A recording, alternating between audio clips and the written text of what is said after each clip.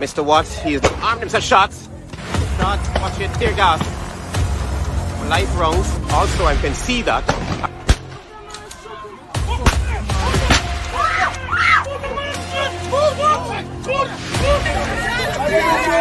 Just the window! The man is a boxer, man. Watch your hand put in the boxer, man, to do that.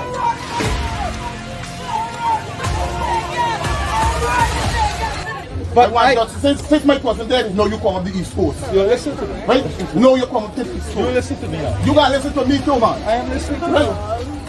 Now, I see you on the East Coast.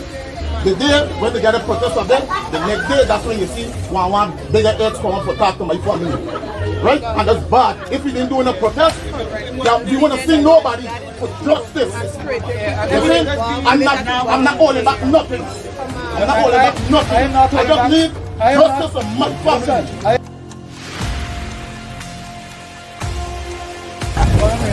I get visitors all of a sudden.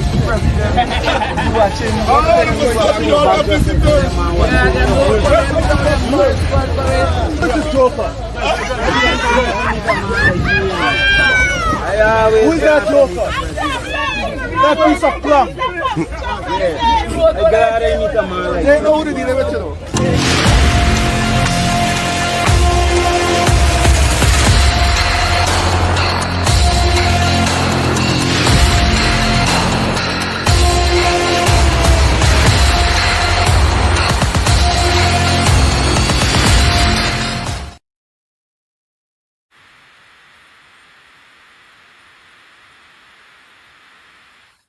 Prolonged standoff and tear gas fired at Mocha residents on Thursday afternoon. The 7 remaining houses believed to be near an alternative East Bank Demerara road link were demolished. The villagers have maintained that their lands are ancestral lands and refuse to move. These people need to give we justice.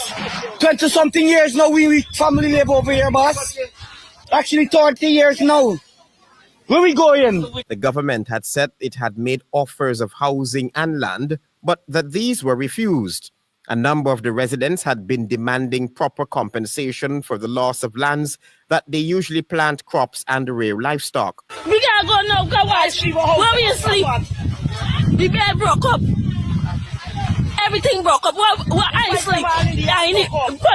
Let the rain wet me up. It's right here, the road. Nightly News has learned that 5 of the 7 households have taken up the ministry's offer to move. And the Ministry of Housing said that they will continue to reach out to the other residents who were occupying the lands. The papers they put up 5.5 million. It said you will be getting 20 million. And I told you also moving tonight until you finish building. So I said, well, I'm to me cattle. And he said that would be taken care of. I said I got to get a land to live right in Moko. President Irfan Ali on Thursday said that sufficient was done to negotiate with all of the residents there. The president is quoted as saying, "If I attempt to be softer than I am soft on this Mocha issue, then I am telling people just ride me over." Unquote. Travis Chase, HGP Nightly News. Fired at Mocha residents on Thursday afternoon. The 7 remaining houses believed to be near an alternative East Bank Demerara road link were demolished.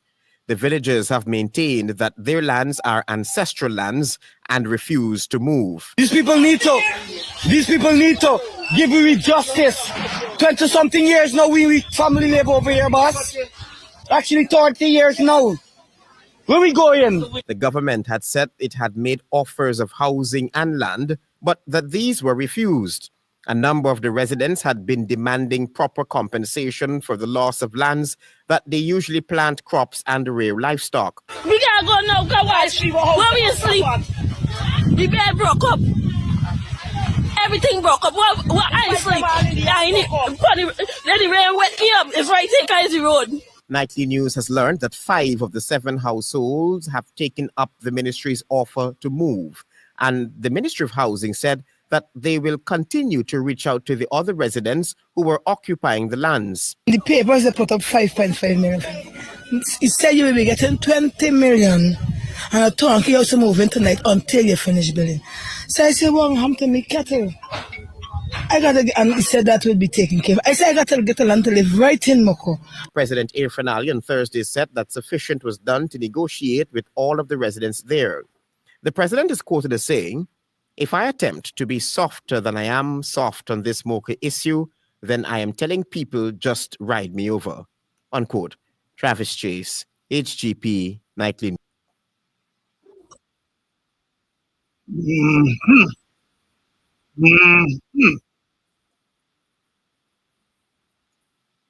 If I attempt to be soft on this matter, people will ride me. Well, you all hear it there. History don't lie, you know. One of the wonderful things about social media is that it's there. Be tough on the citizens of your country to prove that you are tough.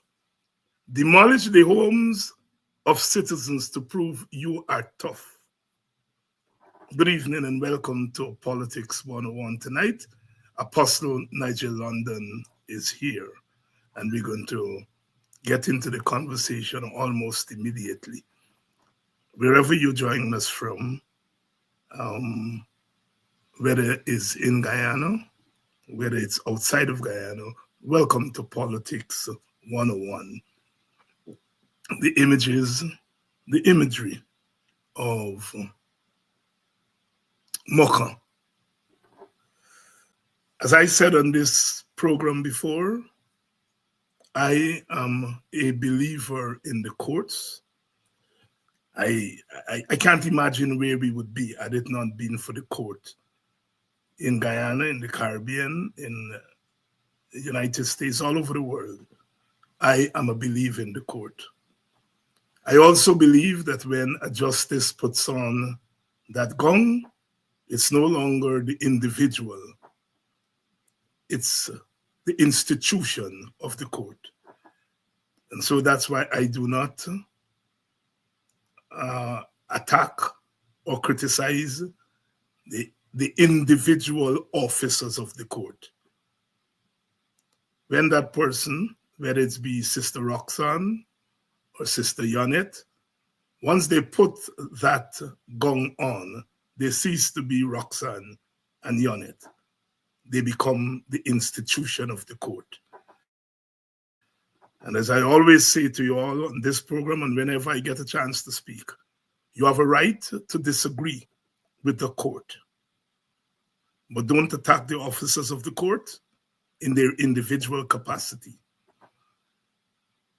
And the institution of the court, do not throw it out with the bathwater. Mocha, I think the court has made a grave human rights error. The court had a choice between choosing the force of government or the rights of citizens, the human rights of citizens. I haven't seen the written decision, but what is in the public domain shows that the court, rather than balancing the rights of government with the human rights of citizens, chose the right of government. I heard the Attorney General last night talked about government land. Government does not own any land. He then went on to say public land and state land, but he conflates government land, state land. Those lands are state lands, they are public lands. Public means that those lands belong to you, me, and all those people who were there. As a collective, they don't belong to them individually. But as a collective called the state of Guyana, the public of Guyana, those lands belong to us. It does not belong to the government. I want Anil Nandalal, he's a lawyer. I'm not a lawyer, but I will teach him law. He pretending that he doesn't know. Government does not own any land in Guyana or anywhere in the world. They're state lands, they're public lands. And if you say people are squatting, they're squatting on their own collective land.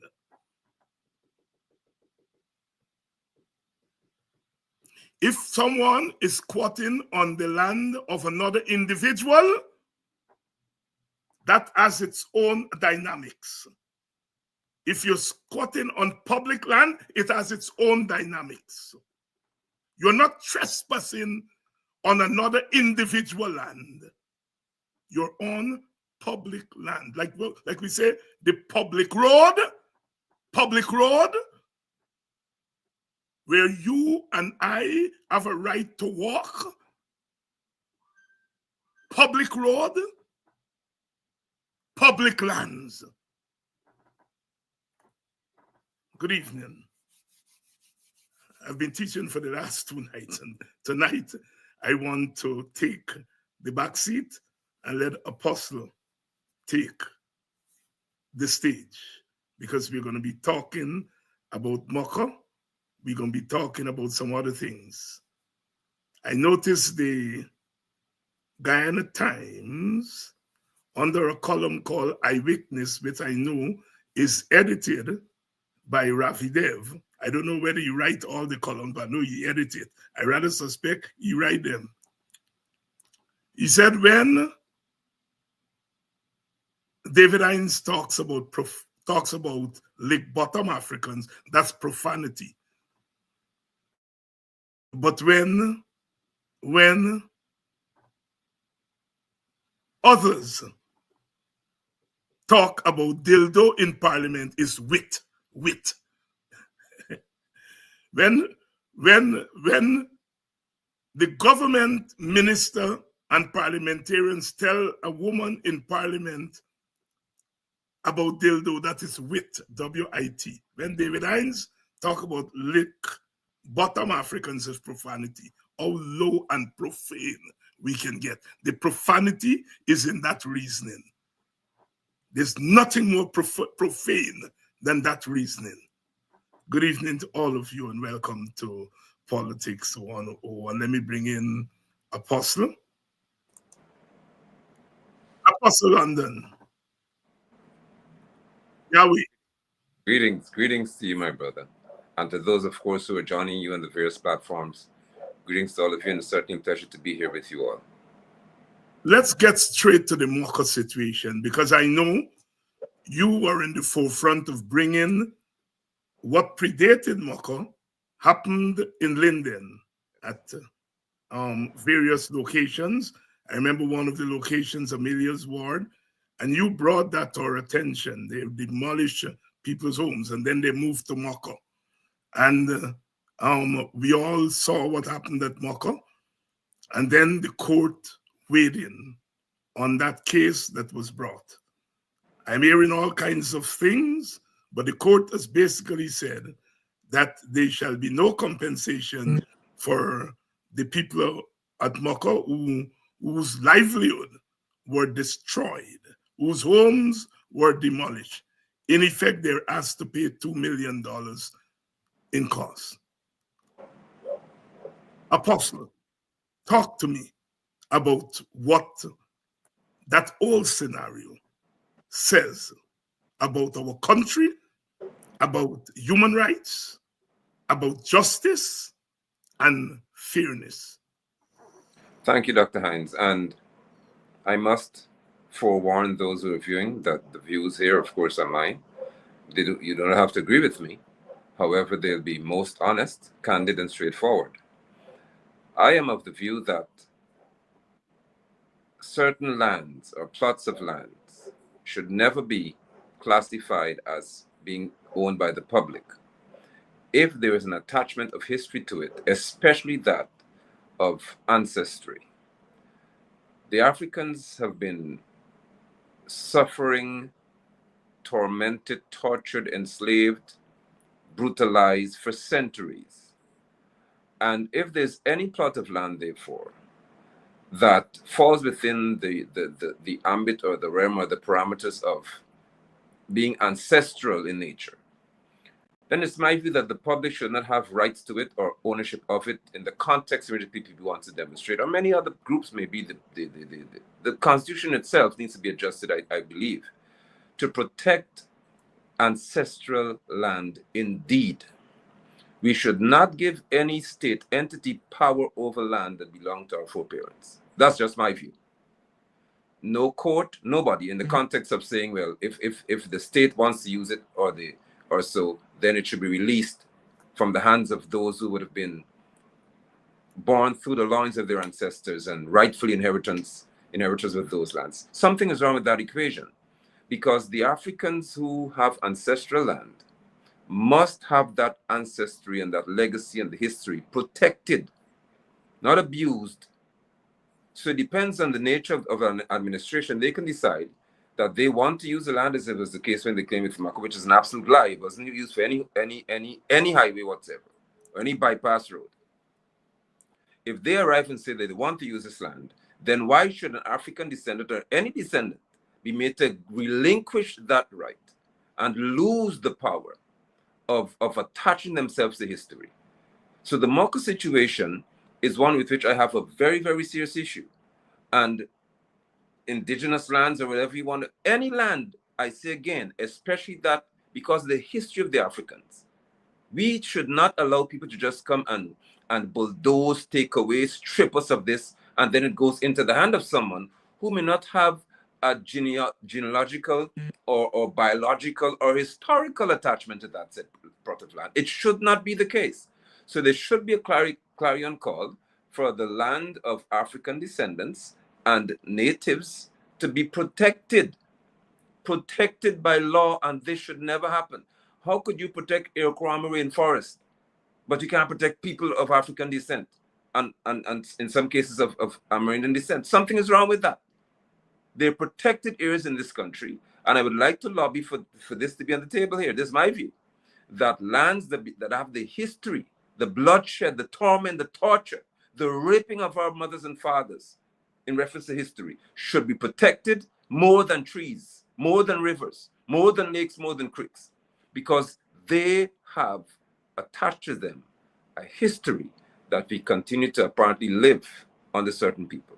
Further, Dr. Hines, when I examine what has happened in reference to our legal system, it is very painful to know that individuals who were trying their best to survive and to live as best as they can were taken to an environment where they have no economic power to fight.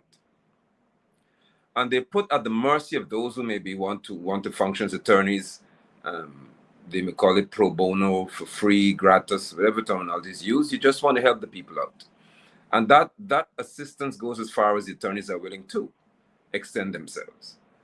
We should consider the state of people when it's looked upon by entities like the United Nations, who would have agreed that the African descendants have suffered so much that they're now committing 20 years, essentially, 10 and then another 10, another decade, to focus on the plight of the Africans. And how unfortunate is it that when they're focusing on the plight of the African and the development of the African and the advancement of Africans, a legal system, not a person here, as you rightly said, a legal system in our country has proven that the African must lose yet again. This is unfortunate. It is my reasoning that someone in the system should examine whether the land is being used for the said purpose. We cannot bypass that. If the claim is that the land would have been, or the residents would have been in the path of the highway, and they're not in the path of the highway because the highway is not run through there, then there should not be an argument to say that you were on land that you should not have been. That's my view. Let's examine whether the government, as they call it, the administration told the truth. They did not tell the truth. And I further say, because I can bring to people's remembrance what I spoke to in reference to my father, Errol London. There was a case in a place called Spiteland in Linden, where some Armenian descendants lived, and they were intending to cut a road, the bauxite company. And a man's house was positioned directly in the path of the road, Doctor. It's not somewhere in some corner somewhere, directly in the path. And my father had some degree of authority in reference to what could have happened. And my father said to them, those who were in decision making, do not move the man's house, move the road. Because the family, when the man began to tell them about the history and what's the attachment he has to this house, my father said to them, you can move the road. You can simply make a corner, a bend, something. You don't have to move to just disgrace a person, dehumanize a person to this extent. So there is evidence of decisions being taken, and to be seen at some points across the world, where they build highways around one single house in Japan, because the person said, I'm not moving from here. And they respected that decision, and they made the highway to split like Maikoni, the big tree in the road, and went around the person's house. this decision taken here against the African descendants in Mocha is painful and it's quite unfortunate, to say the least.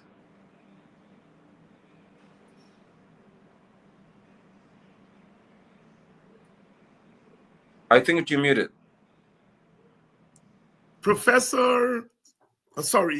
Apostle Nigel London, bringing an added dimension to this issue. We talked about state lands, public lands. Take government out. Government don't own land. No.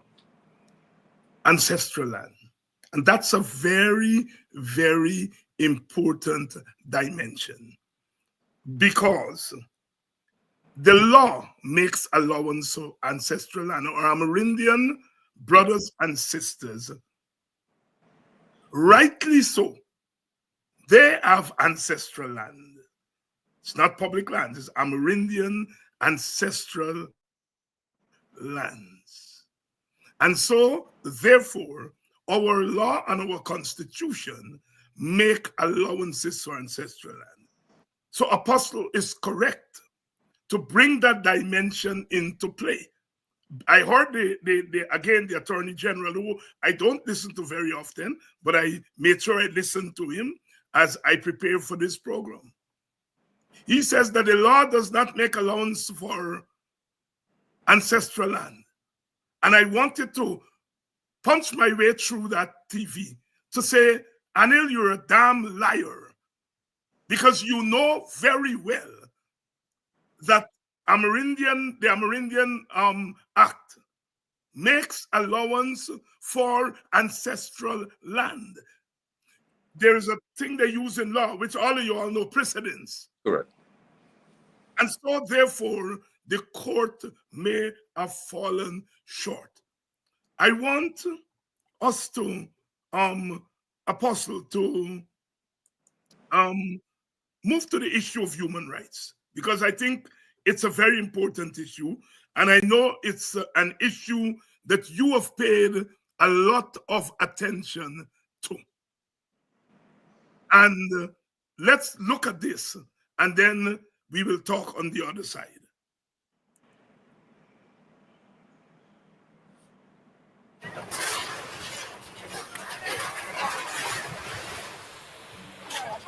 This was a scene at KNP Mocha Arcade today as the Ministry of Housing, accompanied by members of the Riot Squad of the Guyana Police Force, moved to demolish the structures occupied by squatters who failed to accept the compensation offered by the government.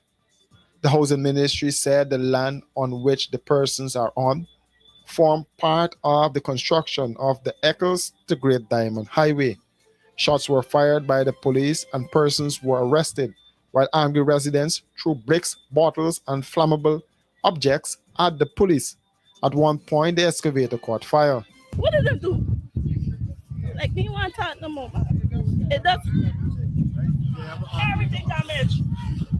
Them telling me for coming one by one. Them saying that we house ward.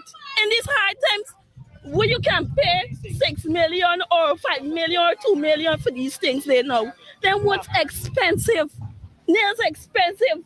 Board expensive. Everything gone high. We bed broke up. Everything broke up. What I sleep. I need funny.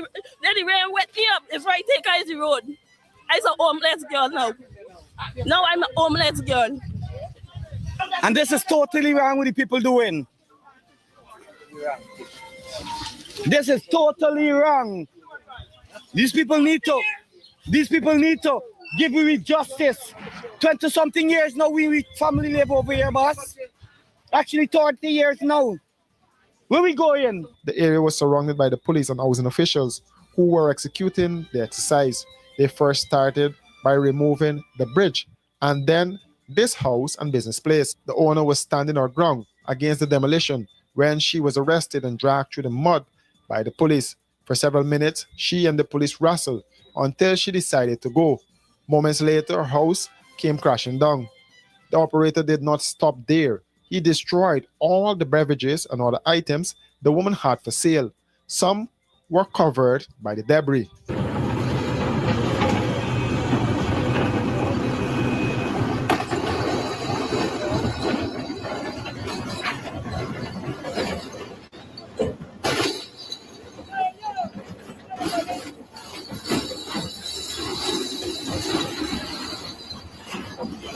By this time, some squatters started to remove their household, livestock, and other items. Opposition leader Orby Norton arrived on the scene and tried to reason with the police and the housing officials.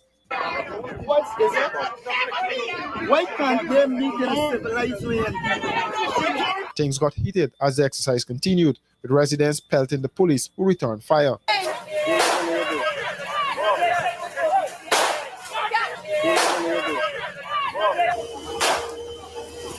Opposition MP Roysdale Ford, Coretta MacDonald, and other MPs were on hand to see the destruction. What we see happening here is transgression to the max, oppression to the max. And I'm saying people will have to stand up at some point for their rights, because we cannot allow history to keep repeating itself. There's more than just a possibility. I believe that there's a high probability that legal proceedings will have to be instituted by the people who would have been suffering, by the families who have been suffering this sort of demolition and complete destruction to the property. And it's just simply beyond that level. I believe that serious questions have been raised and we will examine them. We're in the process of gathering a number of pieces of information and documents that go towards the legal ownership of this land as to who actually owns it, whether this is in fact land for which the government, even if they want to build a road, it should be subject to the Constitution, should be subject to the payment of compensation to persons who are the owners of this land. So we are currently in the process of examining those issues, and we will definitely be instituting proceedings if it is found that it is necessary to do so.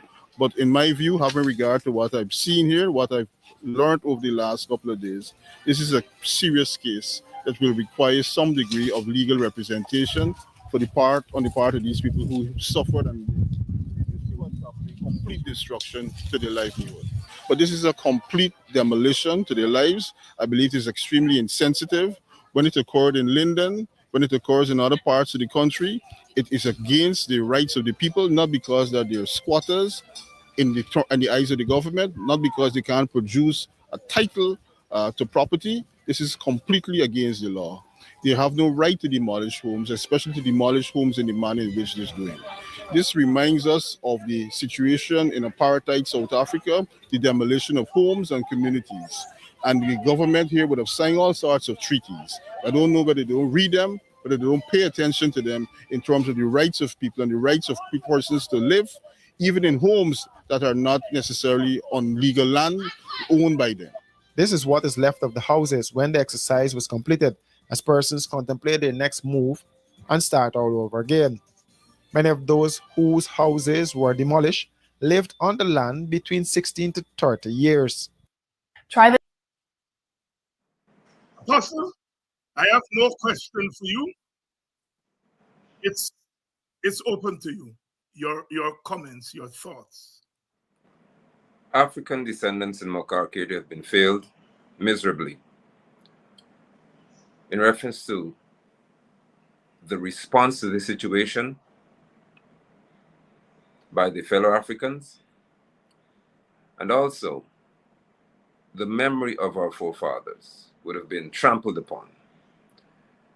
It's unfortunate that we are or have become an extremely docile people to some extent, for whatever reason.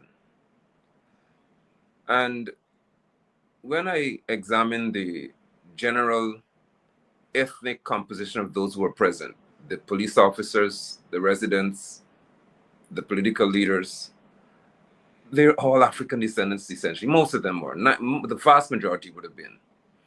And look at how various facets of the state would have merged in one location to fail a people.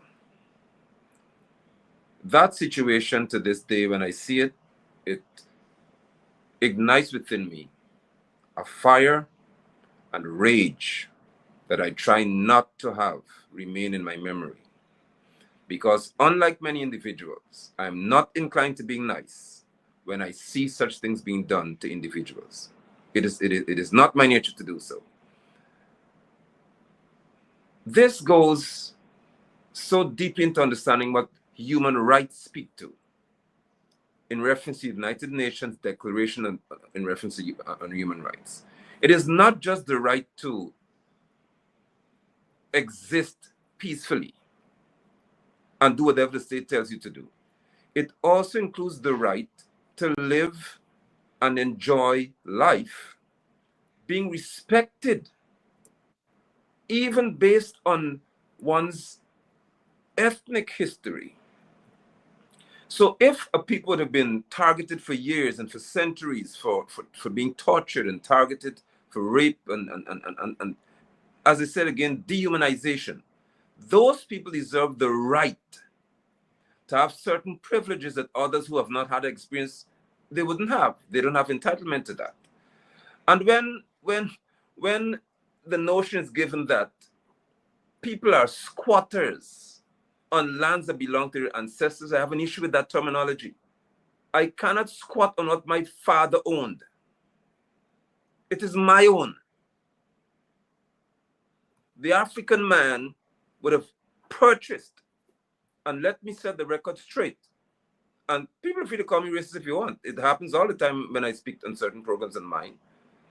Most villages in this nation, in Guyana, would have been purchased by Africans. That's a fact. We have a record to show we purchased, based on what we went through, we purchased most villages. On the East Coast, in Essequibo, and so many places, there's some, Granger, I think, had a commission would have been assembled and appointed to deal with this. And it's been proven even diamond was purchased by African descendants. So we have got a rich history in terms of doing business to get land. How do you then step into this fray to say, well, you're squatting on something that your foreparents bought? I don't subscribe to that nonsense. And there is no state arm that should be allowed to step on sacred land. Sacred land, I'm calling it now. And tell anybody that you're squatting here, you have to remove because you want to do something called development. You cannot develop my community if you destroy my history. Let me repeat that to you. You cannot develop my community if you destroy my history. And the land that I own is a part of my history. If you take the land away from me, then you stripped a part of my history and send me somewhere else where I don't belong to. This is unconscionable. And so there should have been an aggressive response, not talk, because the excavator operator wasn't talking. There has to be at some point in our history in Guyana a response that equals or supersedes that which is presented to people. There has to be. For anyone to go into an Armenian village, you have to encounter the Tushao. An individual has to give you the right to enter that community. How could it be that when you have to enter a historically African village, you just walk in? You don't have to talk to anybody. And as you would have done in Queen Bacchus' case, Irfan asked me, who's that joke in reference to you as the leader of a village? It shows you the kind of disrespect these people have for African history and leadership. Dr. Hines, there should have been a response that our forefathers can say, wherever they're looking from, that they're proud that their work for freedom from the hand of colonizers and murderers did not go to waste. There should have been a response. There should have been a response that sends a message to everyone that you're not allowed to walk into anyone's community, especially that which has African history attached to it, Armenian history, East Indian history, whatever it is, and just wipe that away because you want to send some message to somebody. I am saddened, I am disheartened, and I'm most upset that the response to Mocha was talk. It should not have been that, because the excavator wasn't talking. The policemen weren't essentially talking when they were firing tear gas at people. And I would that there would be some degree, at some point, of fortitude in our people to stand against what is obviously an atrocity. Further, I would say that this PPP administration should be taken to every court internationally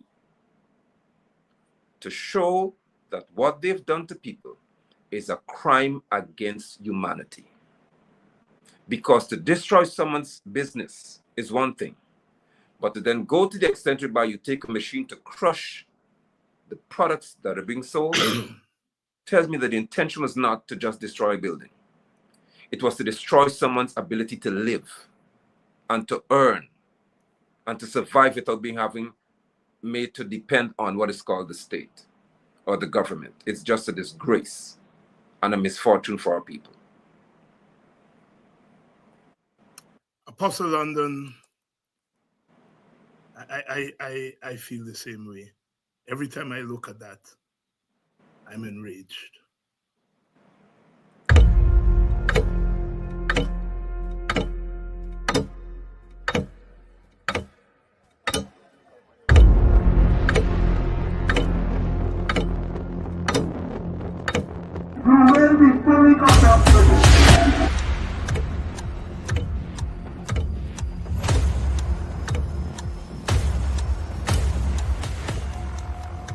Mr. Watts, he's armed himself. Shots. Shots. Watch it. Tear gas. Live rounds. Also, I can see that.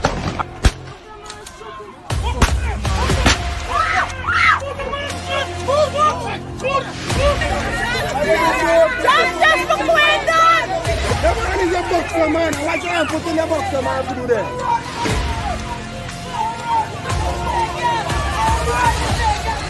But since Mike wasn't there, no, you come on the East Coast. You listen to me. Right? No, you come on the East Coast. You listen to me now. You gotta listen to me too, man. I am listening to Right? you. Now, I see you on the East Coast. The day when they get a protest of them, the next day, that's when you see one bigger heads come up to talk to my family. Right? And that's bad. If we didn't do a protest, we want to see nobody for justice. You see? I'm not holding back nothing. I'm not holding back nothing. I just need justice for my family.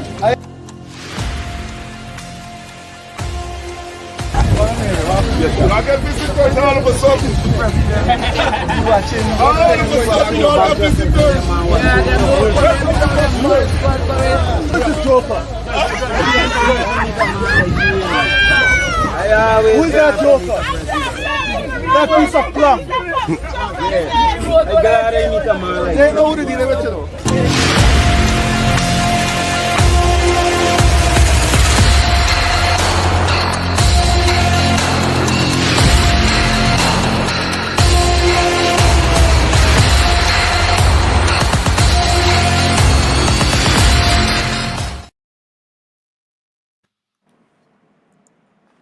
Apostle, the issue of selective Africans, as you have pointed out here tonight and before, doing the bidding of others to inflict pain on their own people, on their own communities.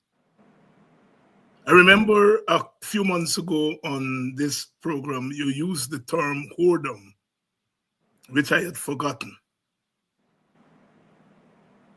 But this issue, look at the people operating the excavator. Look at the people pelting tear gas, shooting at their own people, Africans. It's a long issue that we've had to deal with. It goes right back to the plantation, and it comes through to the present. Recently, the spirit turned in me and said it was time to dramatize this in the most dramatic way. And the rest is history. I want your thoughts on this issue of people of African descent going to join a party that has not been kind, has not been humane, as we can see in the clips we are playing tonight. And then offering your service or allowing yourself to be offered in service of buying the votes of your people, shooting, killing them,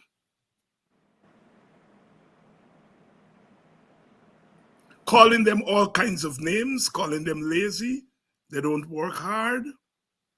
This is a long, long phenomenon that we have had to deal with in the African Guyanese community. And we are coming face to face. We have come face to face with it in a real way over the last 4 years. Your thoughts? The weakness or strength of a man is seen in his response to what is perceived as an insurmountable task. And some of us as men would prefer to cower, kowtow, turn away from that which we are associated with, to connect ourselves to that which appears to be stronger. Most unfortunate is when that turning away from our people or from our situation is triggered by or really encouraged by the desire for acquisition of things, for some monetary gain. I have used the terminology for years that there's some people I describe as butt lickers. Why do I say that? Because it came from the Calypsonian and the Dr. Hines that have spoken to as well. But for me, there's no other term for me to use to describe an individual or a group of individuals who, just for the sake of an economic opportunity, they would look at the plight of a people and ignore it. Even more catastrophic is the fact that someone may say that they could name 10 or 15 people, if so many, or 40 or 100 people, out of 300,000 people who have benefited from the PPP in this case. And that therefore engenders a desire to say, well, they are not racist in nature. They're very kind to African descendants because there are 200 people out of 200,000 who've benefited economically from this group of people. I dare say to any such individual, can you name, I always ask the question, for 4 years I've been asking the question, can you name 5 African descendants who can be classified or categorized in the same block as Jagdeo, Irfan Ali, maybe Nandalal, in reference to the economic wealth that they would have acquired after, by the way, they got into political office? No, you can't. In the oil and gas sector, can you name 5 African descendants who are top tier in reference to local content? No. The only African descendant who had a license to operate in reference to diesel and fuel, his license would have been stripped from him, Mr. Best. Because the obvious response to Africans gaining wealth in this nation is that you have a cap, a ceiling. And so if we're going to utilize the people's money, the PPP would do that, to empower a few African descendants to say that we're showing you that we have intentions of making life better for Africans, while others are treated as though they are less than. That, for me, will always be an issue to which I will speak with greatest passion, because the development of a people should not be found in the minority of that said group in reference to just a minuscule, just a minor group, a very small, tiny group having some benefits because of their expressed loyalty to oppressors. But let me take a moment here, please, Dr. Hines. Yes. When an individual must openly express their commitment to an oppressor in order to benefit from that said oppressor, then that individual is simply being used against his or her own people. We see it in London with the cash grant, this $100,000, I call it madness that's going on, where the PPP has within a tent mainly PPP operatives in a region where they're mainly overwhelmingly African descendants. The operatives are in the tent, controlling this scenario to the greater part. Why do you do that again? Because you take a few to show that we have power over the masses. This behavior has to be condemned. I'm not saying that I have, please let me make this clear to all. We normally say that someone is free to support any party they choose to. No problem with that. But I also have the right to express how I feel about one who supports an oppressive group of people. I have that right. I would not take the right away from any individual who seeks to support a group. But my conviction becomes then, whatever you support that oppresses me or a people, then falls squarely on your shoulders to say that you are also one of those who seek to do this to me. Because I don't expect anyone to support something that they're against. It doesn't make any sense. It's almost an oxymoronic. So if we're going to say that you are free to support something, then in that action of supporting it, if it includes oppressing your people or oppressing me, I have a right to say then that you are numbered among those who do this to me. And African descendants have, to some extent, gotten in many cases so weak that they would rather benefit economically rather than stand for what they know to be the true conviction within their hearts that the descendants of Africans, and this is not just about Guyana alone, I remind us again, the United Nations have acknowledged that the African descendants have suffered immensely, so much so that they will commit 20 years to us being developed as a people. Now, how could it be said that the United Nations, based on their information, based on their research, they conclude that the Africans have suffered beyond that of many other people? But in Guyana, an African can say, well, I don't think that's the case. What are we going to use to measure this? Political leaders who may fail their people? Are we going to use 20 out of 20 million, 20,000 people to say 20 beneficiaries to 20,000 or 18,000 are wrong? How are we going to use this formula to determine that the Africans in Guyana are not being treated in the manner that the United Nations said we are? It cannot be that when a few are selected, more so to just encourage others to choose the PPP over another group. And that speaks to developing the African? No, because the development of the African is not about the PPP or the PNC. It's about how do you cause us to arise out of a pit of history in which we were oppressed, we were robbed, we were cheated, and to this day, we're being treated as if, for the greater part, we do not deserve to have what is rightfully ours. That equation has to be adjusted to demonstrate the fact that it's not about a political movement. It's about people's right to have what is rightfully theirs.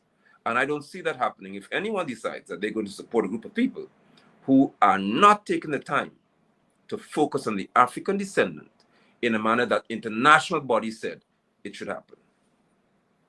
You know, Apostle, I belong to a party other than the African Party. If you say the African Party is the PNC, I do not belong to the PNC. I've never belonged to the PNC. But as an African, I belong to another party. And I do not,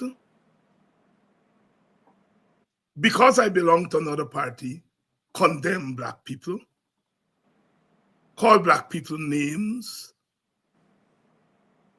go into Black communities and try to buy them. I belong to a party other than the party that most Africans vote for, and that is my right. But having gone to another party, I still embrace my Africanness. I do not condemn Africans. I critique Africans, but I do not call Africans lazy. I would not go and buy an African vote for my party. I just can't. Why can't you go to hell and join your party and still keep your African dignity intact? You know, a prominent Guyanese called me this morning to express solidarity. Well, no, I called the person back because they've been trying to get to me. And we were talking. And that person asked me the question, Doc, you think something wrong with we? The Indians who come over to the PNC don't sell their Indianness, they don't sell their Hinduness, they don't. When they call, another official was telling me that when he was in charge of a government official during a government institution during the coalition time, coalition Indian members, 9 out of 10 times they call to make representation for their Indian community. Correct. No, I am not saying that black people should live by Indian people standards.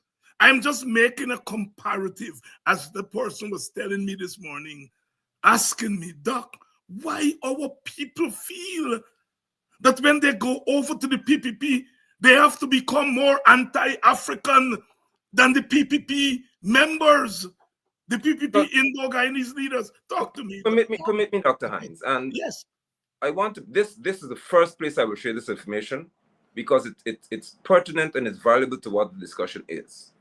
I'm currently out of Guyana. I traveled on the same flight with Aria Ali. I don't call her First Lady. It's not like First Lady in my book where anybody's concerned. I traveled with the president, with Ali's wife. Let me share this with the public, and I expect them to try to respond to me, but they can't. In any truthful or honest way. I saw she was almost petrified when she noticed that I was sitting in first class in the same row, unfortunately so as she was. This is what I want the Guyanese public to hear me. She was with 2 other East Indian ladies. The 3 of them sat in the same row as I did in first class on the plane. They all had carry-on bags. I saw an African female who was with them, and she had to lift their carry-on bags, all 3 bags, to put it into the overhead compartment and head to economy. Ali's wife is headed to India as far as I was informed. You know where she's going? She's going to India, where Modi came here. Well, I'm not in Guyana now. Modi came to Guyana and said that the Indians have arisen from this indentureship to essentially owning the state economically. Now she's going to India with an African descendant who's a servant. This message is absolutely clear to me. Don't tell me that you cannot find one Indian like yourself to go to India with you, to carry your bags. This is the first place I share this on because it's pertinent to this discussion. So you are either going to be confined to being a servant, or you're going to be confined to being one who attacks your own people. And that's how you gain a footing in the group to be accepted. I was so livid, and I think she could see how angry I was. Because she knows me well enough. They know me well enough. And the optics matter. So if in today's society we're going to choose to have Africans in the PPP, I've said it, Dr. Hines, they gain, many of them gain acceptance when they cuss me out to cuss you out. That's your passport to get in. You cuss London, or you cuss Hines, you cuss whoever else it is, and you call us all kinds of names, and then they say, okay, then you're one of us. Because you're willing to castigate your own. But you don't hear them doing that to each other on the other side. And that's important.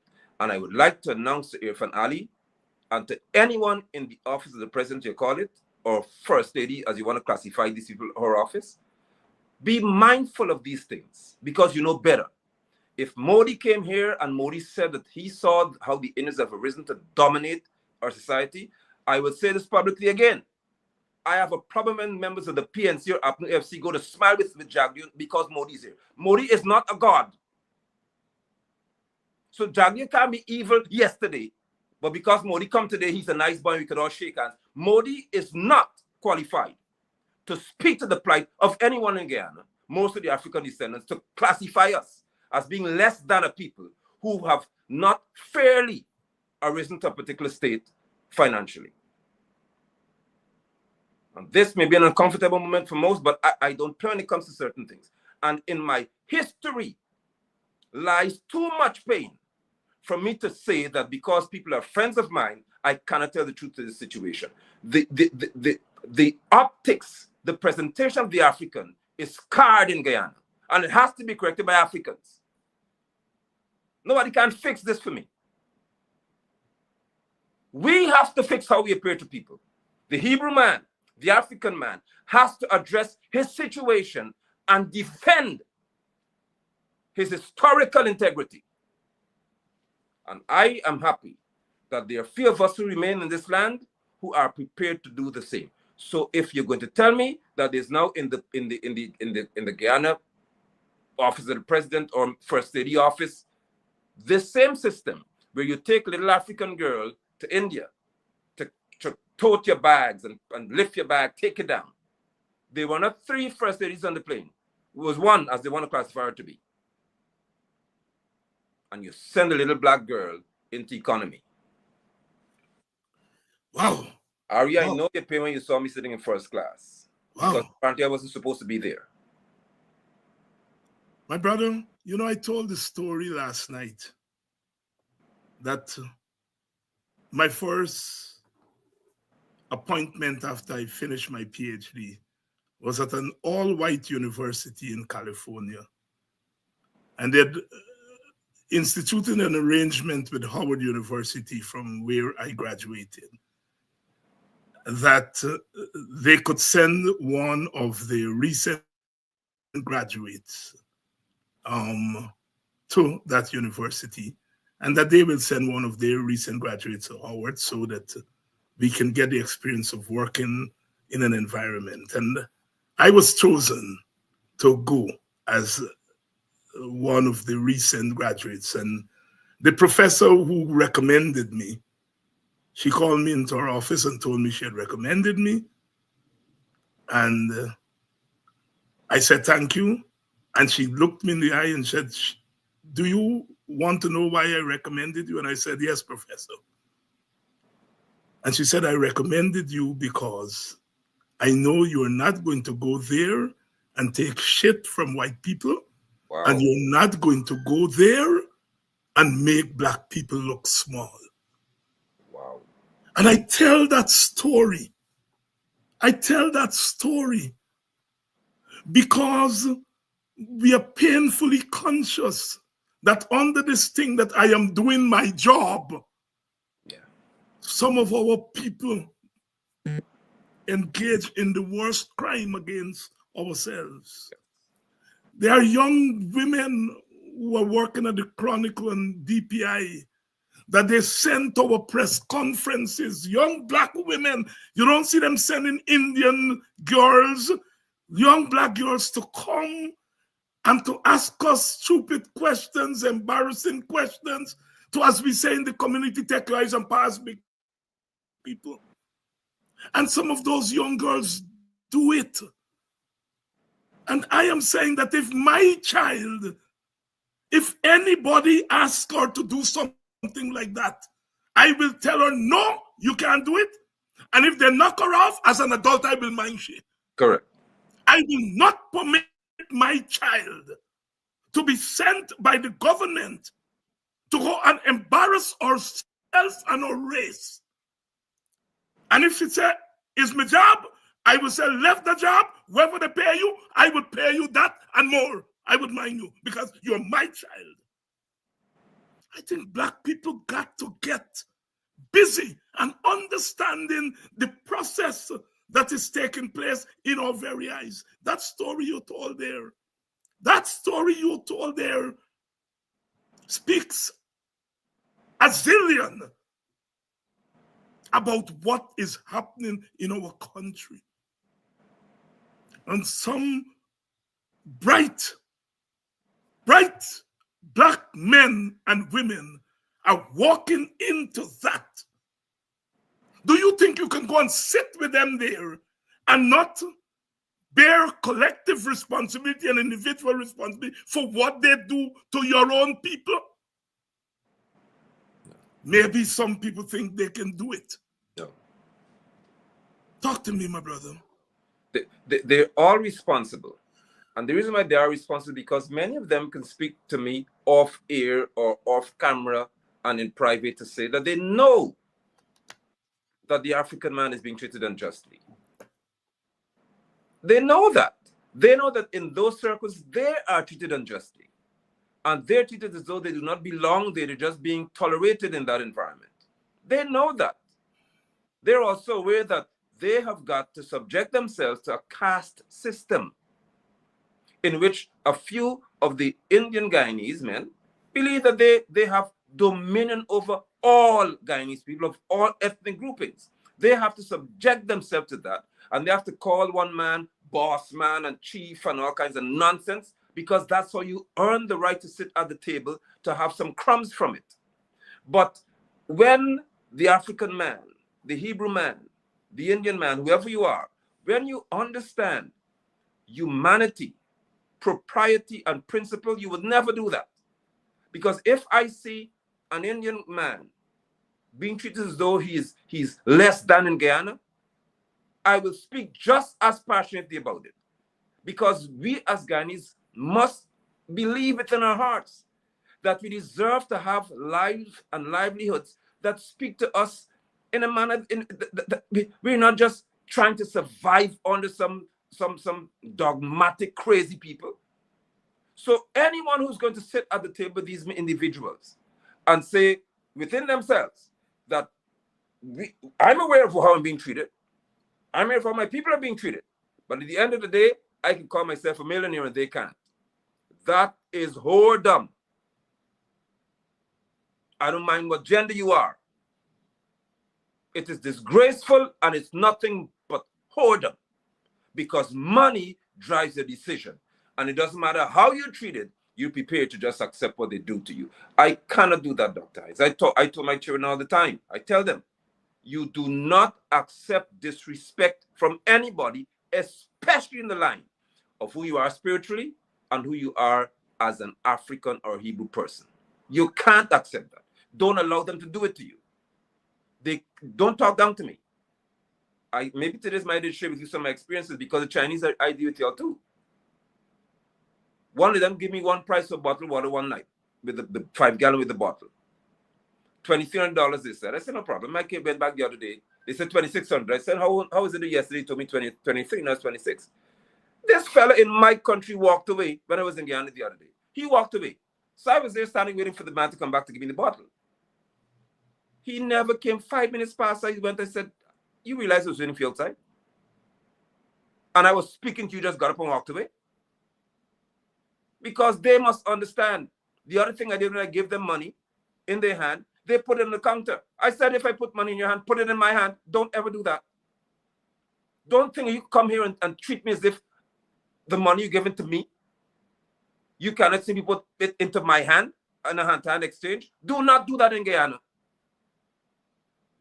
But we need more people who apparently can understand who we are as a people. And today we're focusing on those of African descent who are bowing to nonsense just because you want to be able to drive some car and you can boast in it, you have some fancy car, some house. We are worth more than that. Our history is worth more than that. And our pride as a people must be worth far more than that. Our pride as a people must be worth far more than that. Good evening to all of you who are just joining us.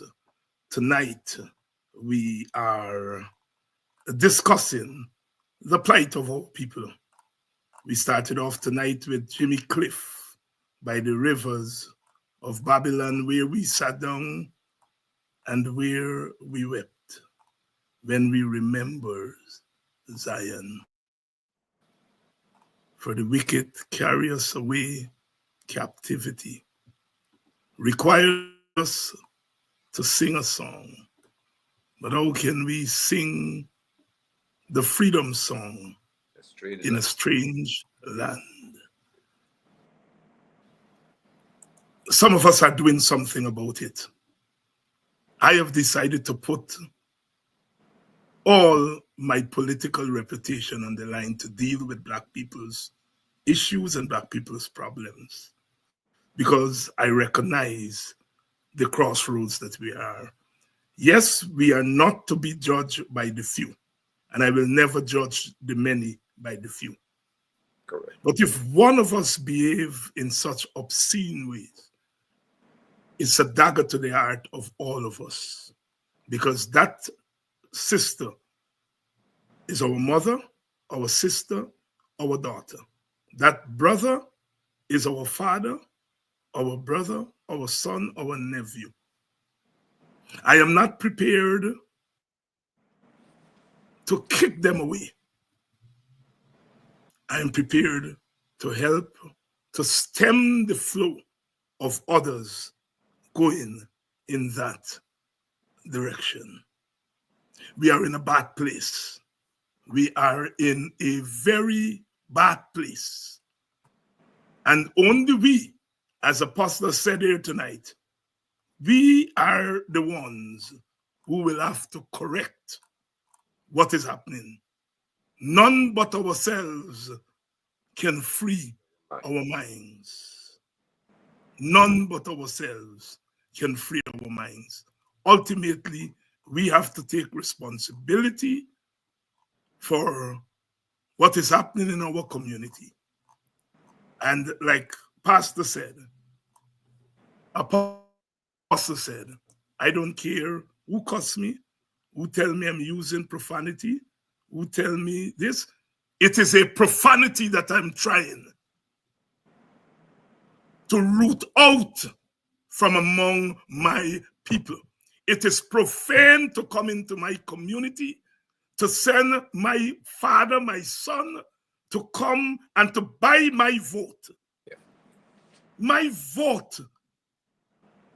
Tens of millions of my ancestors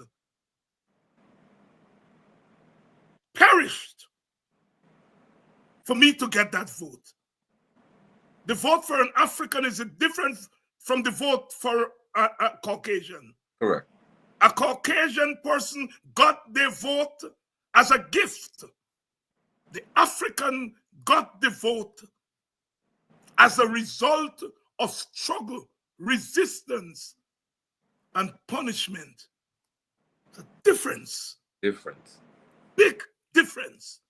So when an African selling his vote, he's selling down the drain the lives of millions of his ancestors. When you sell that vote, you're selling the lives of millions of your ancestors. Others maybe can sell their vote and don't regret because they didn't have to fight for it. We Africans cannot do that. My brother, you know, it's always a pleasure to talk with you because I feel that I can be open and that somebody is not going to go tomorrow and condemn me. And when you go home to your children tonight and they ask you, Daddy, what did you do today? I condemn David Hines. Your children should condemn you. Because David Hines fought for you to have the right to speak in the first place. We are in a bad place, but we shall overcome. We must overcome because we have done so many, many, many times before. My brother, I know you've been following the budget. Yes, I have. Talk to me about that budget. Dr. Hines, here again, we have a situation in which Ashley Singh, who is not labeled as the Minister of Finance, according to what is presented to the Cabinet, he bears this title of Senior Minister within the Office of the President with responsibility for finance, which is absolute garbage, filth, cesspool-worthy nonsense.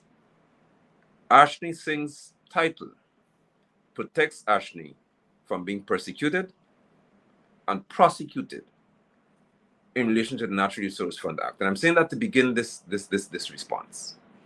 So here we have an atrocity to begin with, where someone who's not even labeled as, in reference to the portfolio, the Minister of Finance is being made to stand in the House of Assembly, to read to us a budget. And in any nation, there has to be a focus or a focal point in a budget. The focal point in this budget of 2025 mirrors that of 2024, which is not people-centered in reference to the masses. It's centered on developing and advancing the economic benefits of the private sector, and to a much lesser extent, those who would want to be associated with things related to the PPP in general. Because in many cases, I remember when things are when the distributions being made in Region 10 especially, and Region 6, telephone calls are made ahead of time. And they say, meet us at Patuka Guest House, we're sharing out some money today. That is not, that text and so on doesn't come to everyone. And those who support the PPP can go to get these little grants, and then they will come to say, well, we've had grants given to small businesses. Not the case. Ashni Singh stood there and presented a 1.3 or something like $4 trillion budget. In this year, we expected to earn $2.5 billion US in the profit sharing, and 340 something million in 2.2 or so, and 340 plus $1 million in royalty. This administration will seek to withdraw all of it if possible. And they would have the gall to say that in spending over $500 billion from that, all of the money, it still would not offset, so there'll be a deficit. They would not do that which benefits the masses in Guyana. Permit me to say this. When we examine how people have to join lines and crowds and fight and to get $8,330 per month, that's what $100,000 amount to, when you divide it. It shows you that Guyana is not yet prepared by the PPP, or it would not have been prepared by APNFC, for us to enjoy the wealth that we have. It's a sad day in our country when a budget is read. We're now in approaching March, and for the second consecutive cycle, people cannot say that they have felt or are beginning to feel the benefits, the direct benefit of this. We have Pierre Manichan boasting that $50,000 per child is a major accomplishment in reference to this because we care nonsense. $4,000 per month and a little more. Priya would say, Guyana dollars, $20 US or a little more per month is enough for Guyanese to celebrate that the PPP is giving you something. That's how disgraceful this situation is. There is no intention to pull the Guyanese man in general out of a state or a plight of poverty. The PPP has no such intention. Because if they were to do that, then the caste system by which they function would no longer be relevant. So this budget is not geared towards advancing and truly developing Guyanese to making us what we ought to be economically. Pension in Trinidad still in many cases is over 100,000 Guyana dollars. And they want us to celebrate a pensioner having $35,000 or $40,000 if so much. In reference to NIS benefit, this is a disgrace. But what do we see? We see massive infrastructural work, because that is where the PPP friends, their cronies, their lackeys, and I say again, their butt lickers have the greatest joy. And that is where you have the means of having the most corrupt system in our country now being manifested, to be manifested. This infrastructural business. There is a great atrocity in reference to this 2025 budget. The atrocity is that it is not geared towards the economic development of a Guyanese individual. It is not geared towards that. And there's no way that Ashley Singh or anybody in the House of Assembly can present that to me and say it's acceptable or it makes sense. It is not geared towards the economic development of a Guyanese man or woman. It is not. It is targeted. Again, I say that you have to look at the focal point of a budget. How do you arrive at these figures? And in what item or what category do you place the greatest focus for expenditure? It continues to be the category in which friends, families, favorites, and it's, in my case, to some extent, or we don't want to say that we blacklisting people, so we just give them a small portion of a contract and say we give in London a contract and people could talk about that nonsense as usual. No. What has to be in the minds of every Guyanese is the fact that if any political group or authority seeks to make you empowered economically, that would be the focal point of a budget. For example, remove taxation, this exorbitant, stupid taxation you have on certain vehicles. Let us all have a luxury.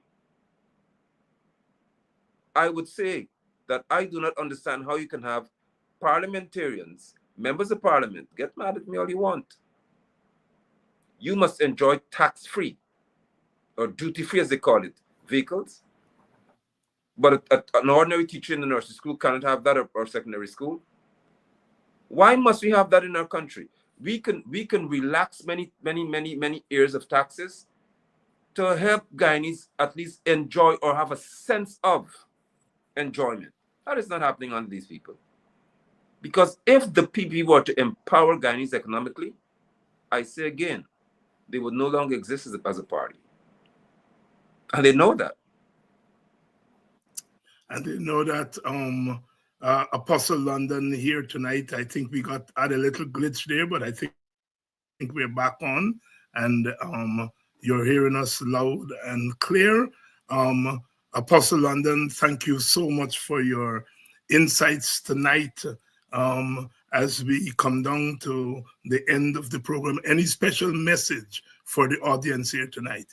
Yes, thank you, David Hines. My message is that the audience, of course, your faithful viewers who are, I hope, would be in support of your stance. I have, in many circles, defended you vehemently when the attacks were leveled against you, because I would say that one of your caliber, taking a position as you did and putting so much on the line as you would have done, proves to all of us that you care more about the development and well-being of your people than you do about your position among your people. And that speaks volumes. I would like to announce to all that the height of intelligence that you would have attained should not permit anyone to seek to question or attack the utterances you make, because they're most often, or more often than not, maybe every time, well positioned, well placed, and also perfectly timed. Be strong, stand strong, and continue to defend the right of those who the United Nations would have said deserve that degree of defense. Viewers, do well until we meet again. Until we meet again. Thank you very much, my brother, and thank you very much for those words of encouragement. And to you, the audience, as usual, love flows in a most profound way from me to you and from you to all of us. We come in peace again to do our thing, and we leave in peace.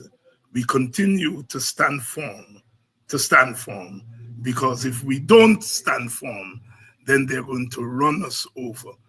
And we are determined that they will not run us over. Until tomorrow night, when I come again, be good and make sure that you remain true to the cause. The cause of justice is our cause, and our cause is a just cause.